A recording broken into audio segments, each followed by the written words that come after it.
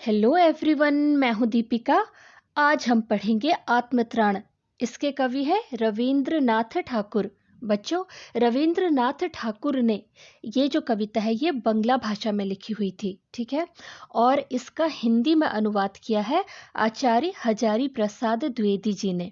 अब सबसे पहले आत्मत्राण का मतलब क्या है? देखो, ये दो शब्दों से मिलकर बना है, आत्म और त्राण, यानी आत्मा का त्राण। त्राण का मतलब होता है भय से छुटकारा पाना या मुक्ति पाना। भय मतलब डर, सभी को पता है, ठीक है। तो आत्मत्राण का अर्थ बनता है अपनी आत्मा के भय से छुटकारा पाना या फिर मुक्ति पाना, या स्वयं की रक्षा करना, खुद की रक्षा करना, ठीक है।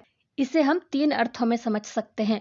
पहला, आत्मरक्षा, यानी अपनी आत्मा की रक्षा करना। दूसरा, आत्मनिर्भरता। देखो, कविता में कवि ने ईश्वर से कष्टों को दूर करने के बजाय उन कष्टों का स्वयं सामना करने की शक्ति मांगी है, ताकि वो आत्मनिर्भर बन सकें, ठीक है। उनका मानना है कि भगवान जो है वो सब कुछ करने में संभव है, ठीक है। वो सब कुछ कर सकते हैं, उनमें इतनी सामर्थ्य है।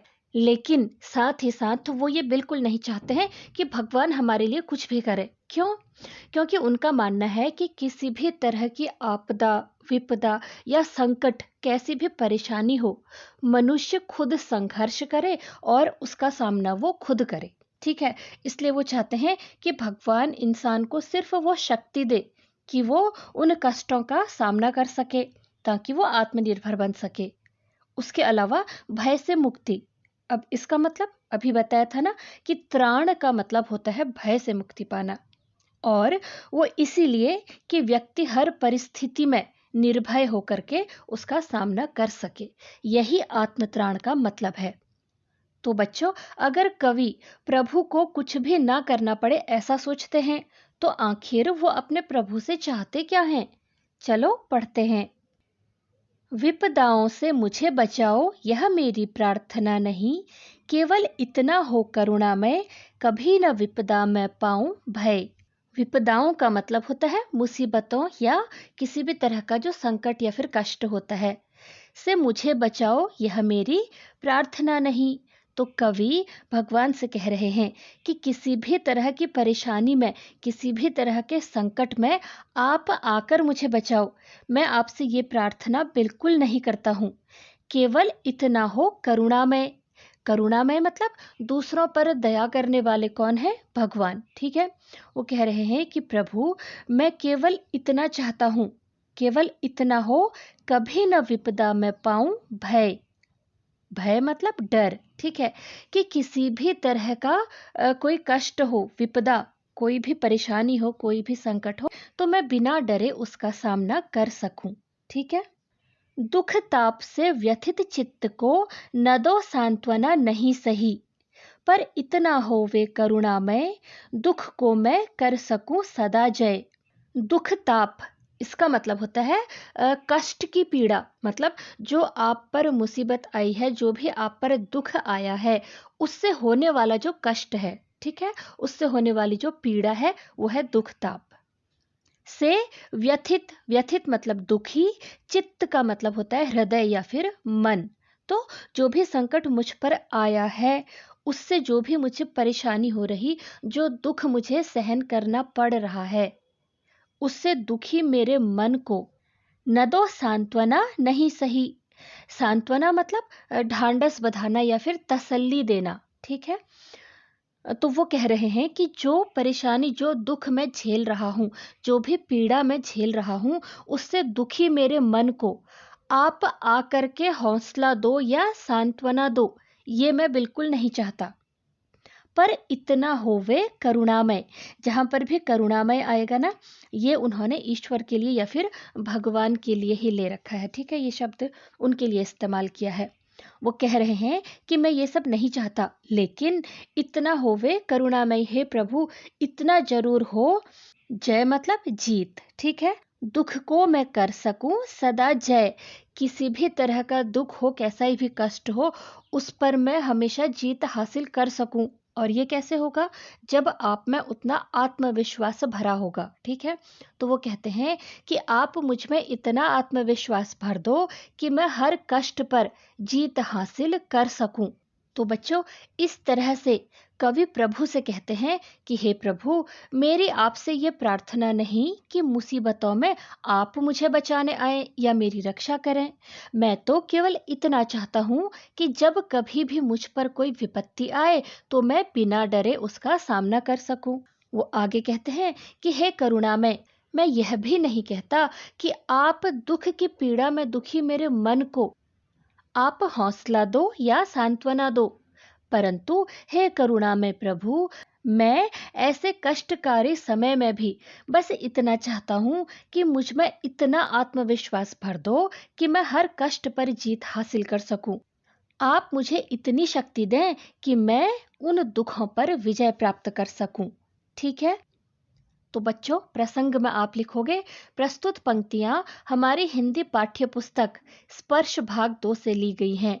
इसके कवि रविंद्रनाथ ठाकुर हैं। इन पंक्तियों के माध्यम से कवि ईश्वर से प्रार्थना कर रहे हैं कि मेरे दुख को कम करने के बजाय आप मुझे उसका सामना करने की शक्ति दें। ठीक है? और व्याख्या में आप लिखोगे, इन पंक्तियों में कवि रविंद्रनाथ ठाकुर ईश्वर से प्रार्थना कर रहे हैं कि हे प्रभु, दुख और कष्टों से मुझे बचा कर रखो। मैं तुमसे ऐसी कोई प्रार्थना नहीं करता हूँ, बल्कि मैं तो सिर्फ ये प्रार्थना करता हूँ कि तुम मुझे उन दुख तकलीफों का सामना करने की शक्ति दो। कष्टों के समय में भी कभी ना डरूं और उनका सामना करूं।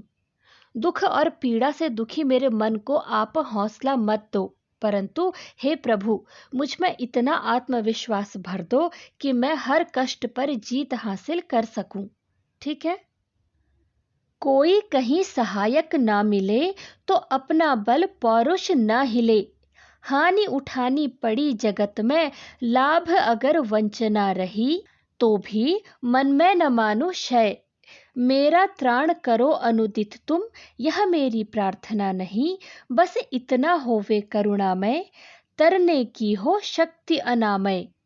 कोई कहीं सहायक ना मिले। सहायक मतलब सहायता करने वाला, मुसीबत के समय जो हमारी मदद करता है, ठीक है, जो हमारा सहारा बनता है, वो है सहायक।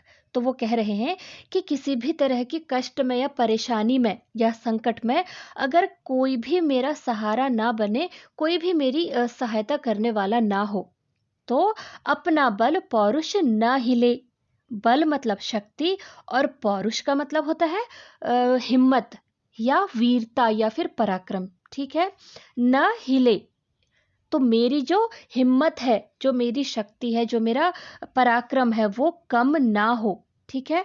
वो कह रहे हैं कि हे प्रभु, जब कभी मेरे जीवन में मुसीबत आए और कष्ट में कहीं कोई सहायता करने वाला ना हो, कोई भी मेरा सहारा ना बने, तब भी कोई बात नहीं, परंतु वैसी स्थिति में भी मेरा बल, मेरी शक्ति और मेरा जो पराक्रम है, वो कभी कम ना हो। ना हिले मतलब वो अडिग रहे, वो कम ना हो। ठीक है? और मेरा जो आत्मविश्वास है, वो कभी भी ना डगमगाए। हानि उठानी पड़े जगत में। जगत मतलब संसार में। ठीक है? और हानि उठानी पड़े, इसका मतलब है हानि कैसे उठा सकते हैं? या तो रुपये पैसे से, है ना, किसी को बिजनेस में घाटा हो गया, या कई बार रिश्तों में जब आपसी मनमुटाव वगैरह होता है, तो मानसिक हानि वो भी तो है ना? तो हानि उठानी पड़ी जगत में, लाभ अगर वंचना रही। लाभ मतलब कोई फायदा, जो हमें जिससे फायदा हो। अगर वंचना रही, वंचना का मतलब होता है धोखा, छल या फिर फरेब। तो वो कह रहे हैं कि इस जगत में, इस संसार में रहते हुए अगर मुझे किसी तरह की हानि उठानी पड़े, किसी तरह का नुकसान उठाना पड़े, या लाभ अगर वंचना रही, या फिर लाभ प्राप्त ना हो सके, या किसी भी प्रकार का कोई भी कभी भी किसी भी प्रकार का धोखा हो, कोई छल मेरे साथ हो, तो भी मन में न मानूं क्षय। क्षय का मतलब होता है पराजय या फिर हार या फिर नाश की फीलिंग, मतलब मेरा तो सब कुछ नष्ट हो गया, इस तरह की जो फीलिंग होती है, ठीक है।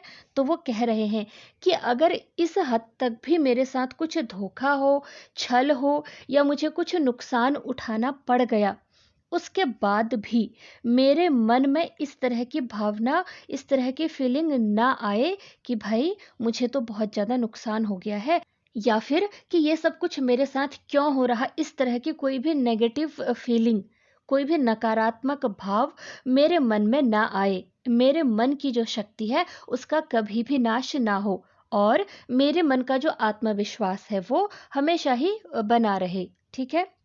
मेरा त्राण करो अनुदित। त्राण का मतलब स्टार्टिंग में बताया था ना, आत्म त्राण। त्राण का मतलब होता है भय से मुक्ति, जो आंतरिक भय है, भीतरी जो भय है उससे छुटकारा या फिर मुक्ति। और अनुदित का मतलब होता है प्रतिदिन या हर रोज का, ठीक है। तुम यह मेरी प्रार्थना नहीं। तो कवि कह रहे हैं कि ये मेरी प्रार्थना बिल्कुल नहीं है, प्रतिदिन या फिर हर रोज आप मेरे मन का जो डर है, मेरे भीतरी जो डर है, जो उससे आप मुझे छुटकारा दिलाओ। बिल्कुल नहीं, ये नहीं चाहता। बस इतना हो वे करुणामय, बल्कि सिर्फ इतना हो, मेरी केवल यही प्रार्थना है कि तरने की हो शक्ति अनामय। अनामय का मतलब होता है स्वस्थ रहना या रोग रहित रहना, ठीक है। वो ये कह रहे हैं कि बस इतना हो कि मैं हमेशा स्वस्थ रहूं, मुझे कोई रोग ना लगे, मुझे रोग रहित आप रखो। अब ऐसा क्यों कह रहे हैं, देखो, ताकि वो अपनी शक्ति से, अगर वो स्वस्थ हैं, सिर्फ शारीरिक नहीं मानसिक भी, ठीक है, अगर वो पूरी तरीके से स्वस्थ हैं, तो वो किसी भी तरह की मुसीबत का, किसी भी तरह का संकट का सामना आसानी से कर सकते हैं, है ना। अगर खुद ही बंदा बीमार है तो बेचारा क्या ही करेगा। तो वो कह रहे हैं कि आप मुझ में सिर्फ इतनी शक्ति भर दो कि मैं रोग रहित रहूं, ठीक है, अपनी शक्ति को बनाए रखूं और उस ताकत के सहारे इस संसार रूपी सागर को या भव सागर को पार कर सकूं, ठीक है। प्रसंग में आप लिखोगे, प्रस्तुत पंक्तियां हमारी हिंदी पाठ्य पुस्तक स्पर्श भाग 2 से ली गई हैं। इसके कवि रविंद्रनाथ ठाकुर हैं। इन पंक्तियों में कवि ईश्वर से अपने मन की शक्ति और निरोगी काया प्राप्त करने के लिए प्रार्थना कर रहे हैं, ठीक है। और व्याख्या में आप लिखोगे, कवि ईश्वर से प्रार्थना कर रहे हैं कि जीवन में मुसीबत के समय भले ही मेरा सहारा कोई ना हो, तब इस स्थिति में मेरा आत्मबल और विश्वास ना डगमगाए और मेरे आत्मविश्वास में कोई कमी ना आए। यदि कभी संसार में मुझे किसी भी चीज के लिए हानि ही हानि क्यों ना उठानी पड़े, लाभ प्राप्त ना हो या किसी प्रकार का धोखा प्राप्त हो, तो भी मैं निराश होकर मन में अपना सर्वनाश ना मान बैठूं। कवि यह भी प्रार्थना नहीं करते कि ईश्वर हर दिन किसी न किसी संकट से उन्हें मुक्ति दिलाए, बल्कि वे चाहते हैं कि वे निरोग रहें, स्वस्थ रहें और अपनी शक्ति बनाए रखें, ताकि वे उस ताकत के सहारे भव सागर को पार कर सकें, ठीक है। मेरा भार अगर लघु करके न दो सांत्वना नहीं सही, केवल इतना रखना अनुनय, वहन कर सकूं इसको निर्भय। मेरा भार, भार मतलब बोझ, यहाँ पर को कष्टों के बोझ की बात हो रही है, ठीक है। मेरे कष्ट जो हैं, अगर लघु, लघु मतलब होता है छोटा, तो मेरा भार अगर लघु करके, मेरे कष्टों को कम करके, न दो सांत्वना नहीं सही। सांत्वना मतलब वही ढांढस बधाना या फिर तसल्ली देना। तो वो कह रहे हैं कि मेरे कष्टों के समय, ठीक है, मेरे कष्टों का जो भार है उसको भले ही आप कम ना करो, और ना ही मुझे सांत्वना दो, ना ही मुझे किसी तरह की तसल्ली दो, नहीं, मुझे ये सब नहीं चाहिए। केवल इतना रखना अनुनय। अनुनय का मतलब होता है विनय करना, ठीक है। तो वो कह रहे हैं कि आप मुझ पर इतनी दया रखना, इतनी करुणा रखना कि वहन कर सकूं इसको निर्भय। निर्भय मतलब बिना डरे, निडर होकर। और वहन करना का मतलब होता है सहना, सामना करना, ठीक है, किसी चीज को सहन करना, किसी परिस्थिति का डट कर सामना करना। तो वो कह रहे हैं कि मैं तो केवल इतना चाहता हूँ, इतनी सी प्रार्थना करता हूँ कि जीवन में आने वाली सभी मुसीबतों का मैं डट कर, निर्भय होकर सामना कर सकूं। तो हो सके तो मुझे निर्भयता का वरदान दो, ताकि मैं सारी परेशानियों का डट कर सामना कर सकूं। ठीक है। नतशिर होकर सुख के दिन में, तव मुख पहचानूं छिन छिन में। दुख रात्रि में करे वंचना, मेरी जिस दिन निखिल मही। उस दिन ऐसा हो करुणामय, तुम पर करूं नहीं कुछ संशय। नतशिर होकर मतलब सिर झुकाकर, सुख के दिन में। बच्चों, सुख के दिन क्या है? जब आप किसी भी तरह की कष्ट या फिर परेशानी में नहीं हो। ठीक है। जब आपके अच्छे दिन चल रहे हैं। तव, तव का मतलब होता है तुम्हारा।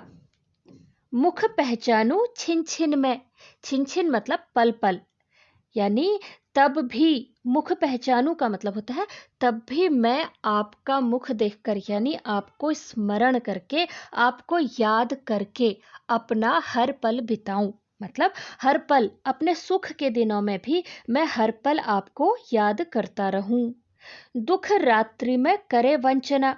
दुख रात्रि का मतलब दुख से भरी हुई जो रात होती है, यानी दुखों की रात, दुख के दिनों में जो परेशानी भरे दिन होते हैं। ठीक है। मैं करे वंचना। वंचना मतलब याद है ना, धोखा या फिर किसी तरह का छल। मतलब जब आपके साथ कोई ठीक से पेश नहीं आ रहा। तो दुख से भरी हुई रात्रि में भी अगर कोई मुझे धोखा दे रहा या मेरी सहायता नहीं कर रहा, मेरी जिस दिन निखिल मही, निखिल का मतलब होता है संपूर्ण, और मही का मतलब होता है धरती। मतलब अगर मेरे दुख भरी रात्रि में, दुख के दिनों में, ये संपूर्ण धरती भी अगर मेरी मदद ना करे या मुझे किसी तरह का कोई धोखा दे, उस दिन ऐसा हो करुणामय। उस दिन भी हे प्रभु ऐसा होना चाहिए कि तुम पर करूं नहीं कुछ संशय। संशय का मतलब होता है संदेह करना या शक करना। तो मुझे अगर आपको देना है तो ऐसा वरदान दो कि ऐसी परिस्थिति में भी, ऐसे दिन में भी मैं आप पर शक ना करूं। मतलब आपके प्रति जो मेरी आस्था है, जो विश्वास है, वो कम ना हो। इस परिस्थिति के लिए मैं आपको जिम्मेदार ना ठहराऊं, मैं आपके प्रति कोई संदेह ना रखूं, ऐसी आप मुझे शक्ति दो। देखो, होता क्या है, जब भी हम कोई परेशानी में होते हैं, किसी संकट में होते हैं, तो हमारे मुंह से क्या निकलता है? हे भगवान, ये क्या हो गया, है ना? तो वही वो कह रहे हैं कि अगर ऐसी परिस्थिति आ जाती है कि मैं बहुत संकट में हूँ, कोई मेरा सहारा नहीं बन रहा, कैसी भी परेशानी है, तो उस समय भी मैं इस चीज़ के लिए आपको जिम्मेदार ना ठहराऊं, आपके प्रति मैं कोई संदेह, कोई शक ना रखूं, और आप पर मेरी जो आस्था है वो बनी रहे, विश्वास बना रहे। ऐसा आप मुझे वरदान दो या ऐसी मुझे आप शक्ति दो। तो बच्चों, इस तरह से समझो कि कवि जो हैं वो प्रभु से निवेदन कर रहे हैं कि हे प्रभु, जब कभी मेरे जीवन में खुशियों के दिन आए, ठीक है, दुख के समय तो हर कोई याद करता है ना, लेकिन सुख के दिनों में भी ऐसा कोई भी पल ना हो जब मैं आपका स्मरण ना करूं। ठीक है। मतलब हर पल मैं आपका स्मरण करता रहूं, आपकी प्रार्थना करता रहूं, यानी सुख के दिनों में भी मैं आपको हर पल याद करता रहूं, एक पल के लिए भी ना भूलूं। दुख से भरी रात में भी अगर कोई मेरी मदद ना करे, तब भी मेरे मन में आपके प्रति कोई संदेह ना हो, अपने दुखों के लिए आपको दोषी ना ठहराऊं। हे प्रभु, हे करुणामय, मुझ पर अपनी ऐसी कृपा दृष्टि रखो कि मेरे मन में आपके प्रति आस्था या विश्वास सदा बना रहे। ठीक है। तो प्रसंग में आप लिखोगे, प्रस्तुत पंक्तियां हमारे हिंदी पाठ्य पुस्तक स्पर्श भाग 2 से ली गई हैं। इसके कवि रविंद्रनाथ ठाकुर हैं। इन पंक्तियों के माध्यम से कवि ईश्वर से प्रार्थना कर रहे हैं कि किसी भी परिस्थिति में मेरे मन में आपके प्रति संदेह ना हो और श्रद्धा और विश्वास बना रहे। ठीक है। और व्याख्या में आप लिखोगे कि इन पंक्तियों के माध्यम से कवि यह नहीं चाहते कि ईश्वर उनके कष्टों का व दुखों का भार कम करें, बल्कि वे तो निर्भयता का वरदान चाहते हैं ताकि सभी मुसीबतों का डट कर व निर्भय होकर सामना कर सकें। कवि आगे कहते हैं कि जब कभी मेरे जीवन में सुख के दिन आए तो हर दिन के एक एक पल में मैं तुम्हारा स्मरण करता रहूं। कवि ये भी प्रार्थना करते हैं कि जब कभी संपूर्ण सृष्टि मेरे साथ धोखा करे या दुख भरी रात्रि में भी कोई मेरा साथ ना दे, तब भी आप पर मेरा विश्वास और आस्था बनी रहे। अपने दुखों के लिए मैं आपको दोषी ना ठहराऊं। आपके अस्तित्व के प्रति मेरे मन में कोई संदेह ना हो। ठीक है। अनुवादक हजारी प्रसाद द्विवेदी। तो बच्चों, जैसा कि स्टार्टिंग में बताया था, रविंद्रनाथ ठाकुर ने ये जो कविता है ये बंगला भाषा में लिखी है और इसका हिंदी में अनुवाद किया है हजारी प्रसाद द्विवेदी जी ने। ठीक है। तो बच्चों, ये जो कविता है ना, मुझे बहुत पसंद है। इसे पढ़ने के बाद बहुत ज़्यादा उत्साह आता है। ठीक है। और एक प्रेरणा मिलती है, मोटिवेशन मिलती है। तो इस तरह से इस कविता से हमने क्या सीखा कि हमें अपने काम और दायित्वों को पूरी निष्ठा से, पूरी ईमानदारी के साथ पूरा करना चाहिए, है ना। हम अपने कार्यों के लिए ईश्वर पर निर्भर ना रहें, बल्कि स्वयं ही यानी खुद ही अपने अंदर ऐसी शक्ति और क्षमता विकसित कर लें जिससे विषम परिस्थितियों में और कठिनाइयों से जूझने की शक्ति हमारे अंदर मौजूद हो। हमें ईश्वर से शक्ति और साहस, है ना, जैसे कवि ने निर्भयता का वरदान मांगा है, आत्मविश्वास मांगा है, यही सब कुछ प्राप्त करने की प्रार्थना करनी चाहिए ताकि हम अपनी मुसीबतों का खुद ही सामना कर सकें, संघर्ष कर सकें, है ना, और कठिन से कठिन मार्ग को भी पार कर सकें। ऐसे व्यक्ति पर ईश्वर की कृपा दृष्टि हमेशा बनी रहती है। तो बच्चों, ये चैप्टर यहीं पर ख़त्म होता है। मुझे उम्मीद है कि ये आपको समझ में आ गया होगा, लेकिन हमेशा की तरह अगर कहीं पर कोई डाउट रह जाता है तो कमेंट करना मत भूलना। पूरी कोशिश करूंगी कि आपका डाउट दूर कर सकूं। तो मिलते हैं अगली वीडियो में। Till then, keep learning and take care.